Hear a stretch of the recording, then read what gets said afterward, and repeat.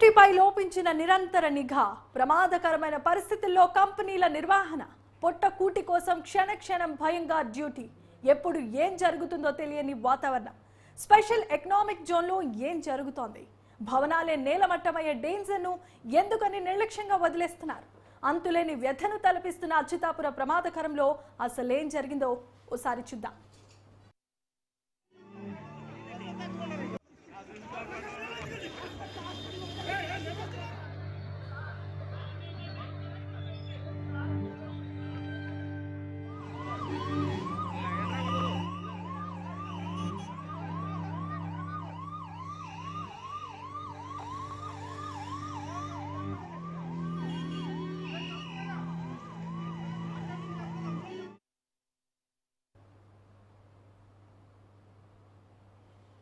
అనకాపల్లి జిల్లా రాంబిల్లి మండలం అచ్యుతాపురం సేజ్లో Essentia advanced science private limited పరిశ్రమలో ఆగస్టు 21న మధ్యాహ్నం 2:15 భారీ ప్రమాదం జరిగింది.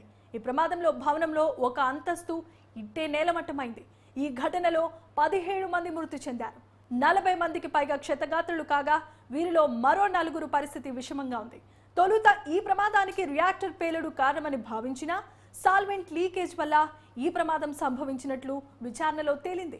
ప్రమాదంలో కంపెనీ నిర్లక్ష్యం ఉందని ప్రాథమికంగా ప్రభుత్వం గుర్తించింది. ఇప్పటికే రెస్క్యూ ఆపరేషన్ పూర్తయ్యాయి.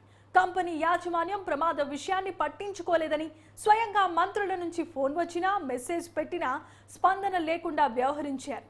మరీ ముఖ్యంగా స్పెషల్ ఎకనామిక్ జోన్లో చాలా కంపెనీలకు సేఫ్టీ ఆడిటింగ్ కూడా జరగడం లేదని తెలుస్తోంది.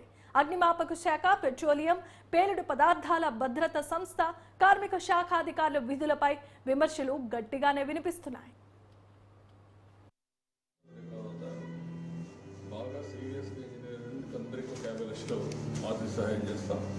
మామూలుగా దెబ్బలు 25 లక్షలు ఇస్తాం, వీళ్ళందరికీ ఒక 50 లక్షలు డబ్బులు ఇస్తాం. మీరు ధైర్యంగా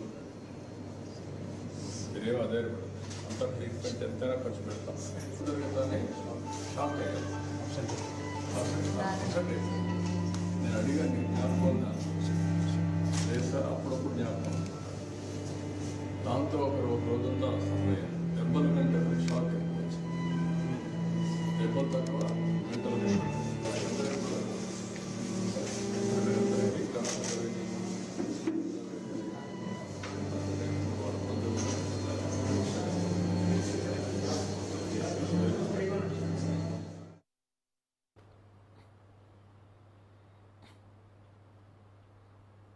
ఎసెన్షియా ఫార్మీ కంపెనీలో సాల్వెంట్స్ లీకేజ్ని గుర్తించారు. వీటిని అరికట్టడానికి ప్రయత్నిస్తున్న సమయంలో టీబీఈ అనే గ్యాస్ ఫామ్ అయింది.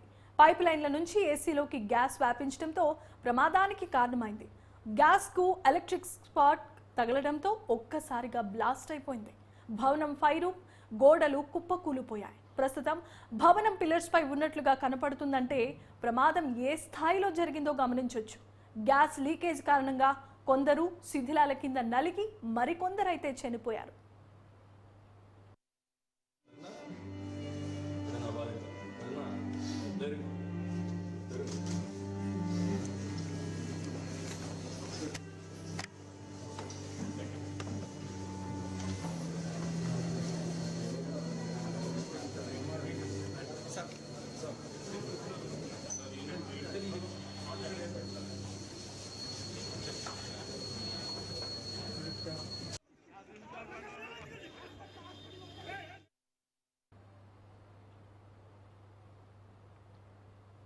ఎసెన్షియా ఫార్మా కంపెనీని 2 షిఫ్టుల్లో నిర్వహిస్తున్నారు. మొత్తం 381 మంది ఉద్యోగులు ఈ పరిశ్రమలో పనిచేస్తున్నారు. ఫ్యాక్టరీలో ఇంటర్మీడియట్ రసాయనాలు, యాక్టివ్ ఫార్మాస్యూటికల్స్ పదార్థాలను తయారు చేస్తారు.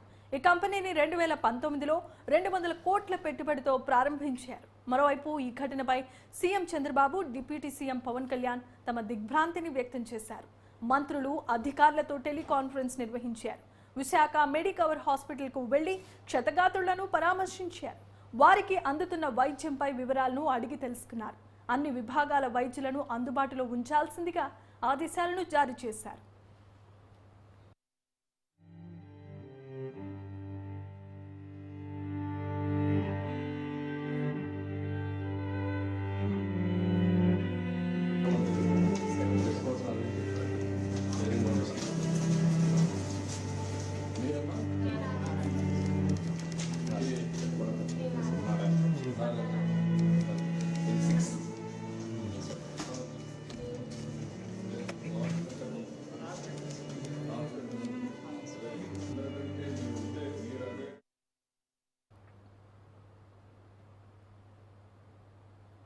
అనకాపల్లి జిల్లాలో 10,000 ఎకరాల్లో సెజ్ ఏర్పడింది. అందులో అచ్యుతాపురం ఫార్మా సెజ్కు 3,000 ఎకరాలు కేటాయించారు. ప్రమాదకర రసాయనాల తయారీ, నిల్వ చేసే ఇక్కడి ఫ్యాక్టరీలలో తరచూ అగ్ని ప్రమాదాలు జరుగుతున్నాయి. గడిచిన 10 సంవత్సరాల్లో 9 ప్రమాదాలు చోటు చేసుకున్నాయి. సెజ్లో 208 కంపెనీలుంటే వీటన్నింటినీ కలిపి కేవలం ఒక్క అగ్నిమాపక వాహనం మాత్రమే ఉంది. అత్యవసర పరిస్థితుల్లో ఇతర ప్రాంతాలపై ఆధారపడాలి. అవి వచ్చేంత వరకు కార్మికుల ప్రాణాలకు గ్యారంటీయే లేదు. దాంతో ఒక రోజుందా దెబ్బల కంటే షాక్ ఎక్కువ వచ్చింది. దెబ్బలు తక్కువ మెంటల్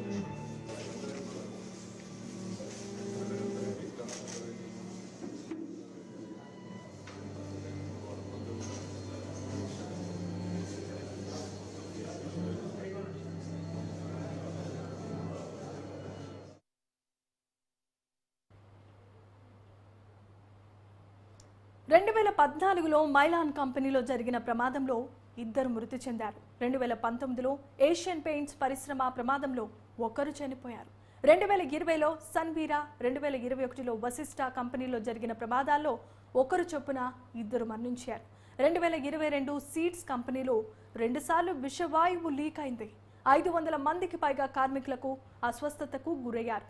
ఇక అదే ఏడాది సెయింట్ గ్లోబెన్ ఫ్యాక్టరీ గ్యాస్ లీక్ ప్రమాదంలో 1, 2023లో జరిగిన వేర్వేరు ప్రమాదాల్లో మిథాన్ ఫెరోస్, అభిజిత్ ఫెరో, జిఎంఎఫ్సి పరిశ్రమలో ఒక్కొక్కరు చొప్పున చనిపోగా, సాహితీ ఫార్మాలో జరిగిన ప్రమాదంలో 4 మరణించారు.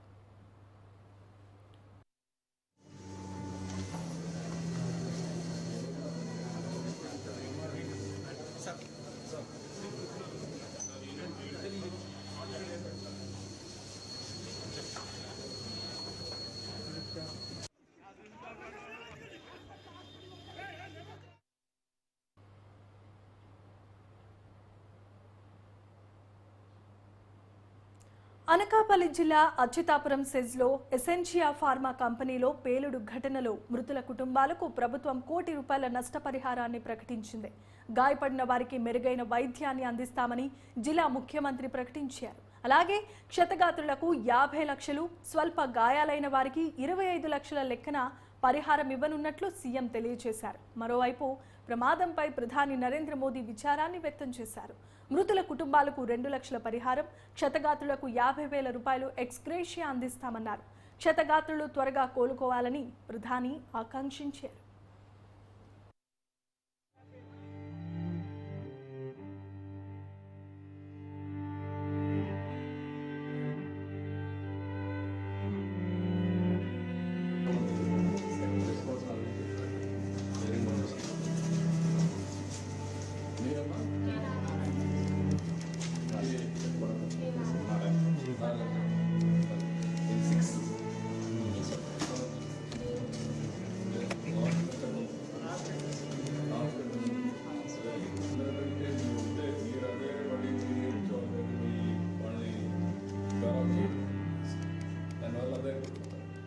అట్లా కాకుండా మీరు వేరేప్పుడు ధైర్యంగా ఉండండి, వాళ్ళకు కూడా ధైర్యం చెప్పండి. అదే ఇప్పుడు కావాల్సి అందరూ రికవర్ అవుతారు. బాగా సీరియస్గా ఇంజనీర్ అందరికీ ఒక 50 లక్షలు ఆర్థిక సహాయం చేస్తాం. మామూలుగా దెబ్బతిన 25 లక్షలు ఇస్తాం. వీళ్ళందరికీ ఒక 50 లక్షలు డబ్బులు ఇస్తాం.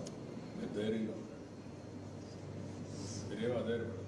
అంత ట్రీట్మెంట్ ఎంతైనా ఖర్చు పెడతాం. జరుగుతానే షాక్ అయ్యారు. నేను అడిగాను, జ్ఞాపకం లేదు సార్, అప్పుడప్పుడు జ్ఞాపకం. దాంతో ఒక రోజుందా దెబ్బల కంటే షాక్ ఎక్కువ వచ్చింది. దెబ్బలు తక్కువ మెంటల్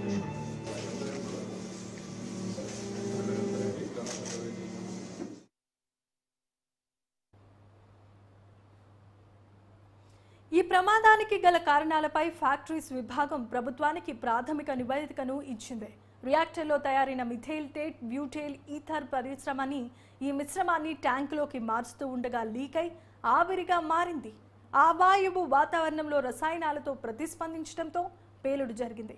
ఆ లీకేజ్ మిశ్రమం ఎలక్ట్రిక్ ప్యానెల్ పై పడడంతో మంటలు చెలరేగాయని పేర్కొంది. మరోవైపు ప్రమాదానికి కారణమైన ఎసెన్షియా ఫార్మాపై కేసు నమోదు చేశారు అధికారులు. ఈ ఫార్మా కంపెనీపై రాంబిల్లి పోలీసులు కేసు నమోదు చేశారు. బిఎన్ఎస్ 106(1), 125A, 125B సెక్షన్ల కింద కేసును పెట్టారు.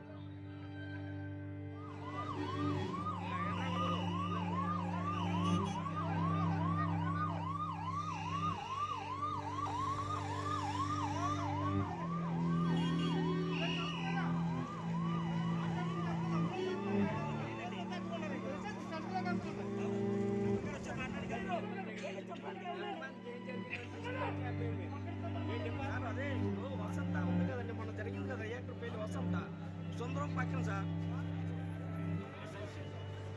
సుందరం పక్కన సార్, సుందరం పక్కన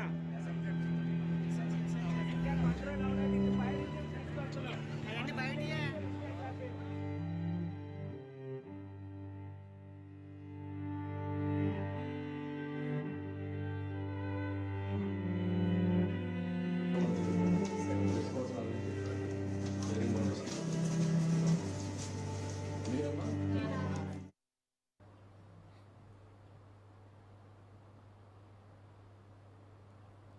ఎసెన్షియా కంపెనీ యాజమాన్యంలో నెలకొన్న విభేదాలతో పరిశ్రమ భద్రతపై నీలి మబ్బులు కమ్ముకున్నాయని కూడా తెలుస్తోంది.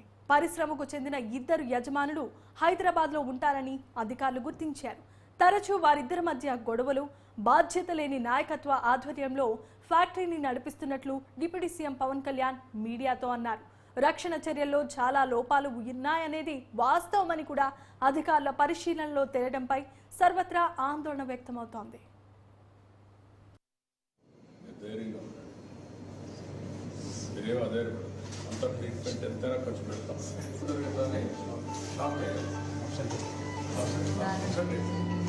నేను అడిగాను జ్ఞాపకం.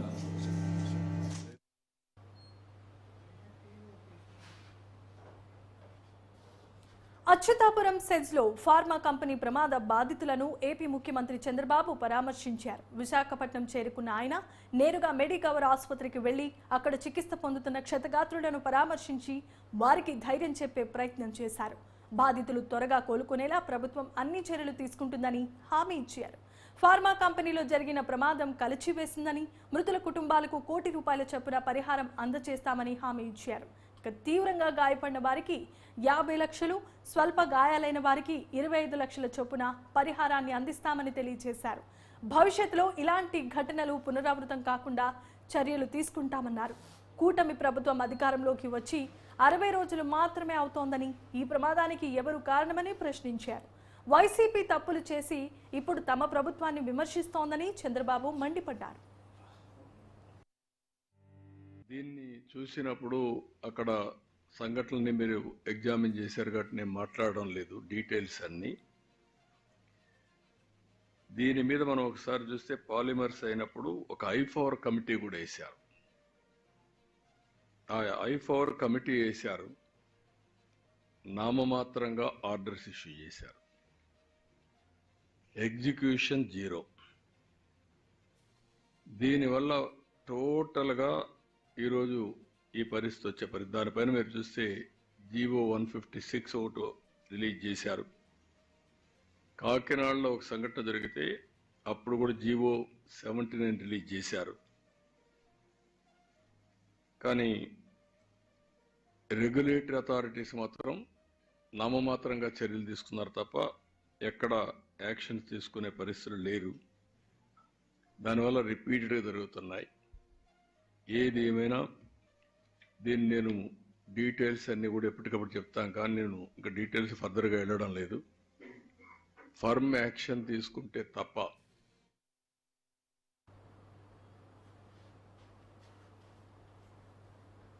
రైట్, ఇక ఇవి ఇప్పటి వరకున్న బులెటిన్లోని అంశాలు. మరిన్ని అప్డేట్స్ కోసం చూస్తూనే ఉండండి న్యూస్ 360. నిజం ఆలోచన మారుస్తుంది.